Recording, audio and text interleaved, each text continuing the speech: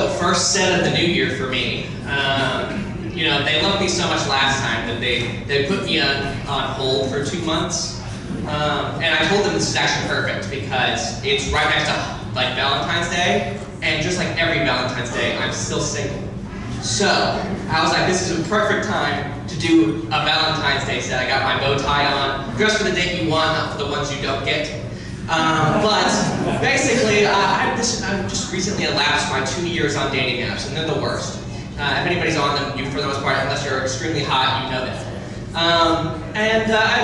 I learned a lot of things, but I'm just gonna go through 3 things I learned. One, I'm more built for like friends to lovers, and I'm a big romance novel reader, so that makes sense. But the real reason it makes sense is because if you look at me, I'm not the kind of attractive that you would need to pursue. You're like, if he responds, that's okay.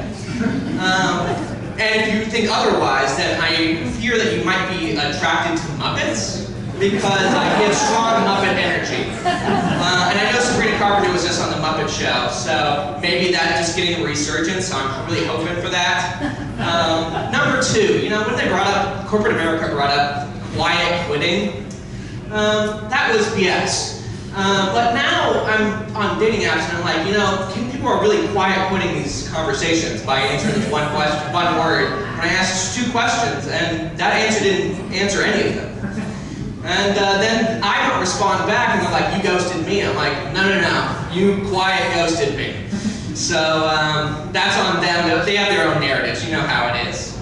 Number 3, I am kind of the person that I read all the prompts. So I'm going to look through all of the profiles, every single one of them. I read all the prompts. They will say what they're interested in. Sometimes they won't say anything about themselves, which is great for conversations. But when they do say what they like, or they say they like, and I'm like, that describes me to a T. That dorky little guy who looks like a Muppet, I respond immediately to that prompt. They don't respond back to me. So I think they were lying.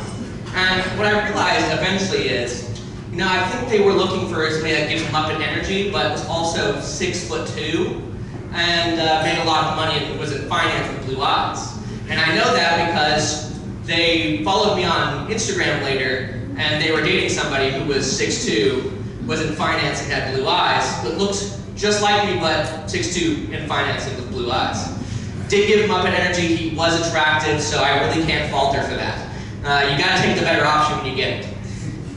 So yeah, the whole Muppet thing, you know, I've been making the joke, and I just realized I'm wearing green, and I kind of given Kermit the Frog, but I actually am wearing Fozzie Bear socks from the Muppets, so I really play into it. So if anybody here is a woman and attracted to Muppets, if I show you my arms, you'll kind of understand what I'm talking about.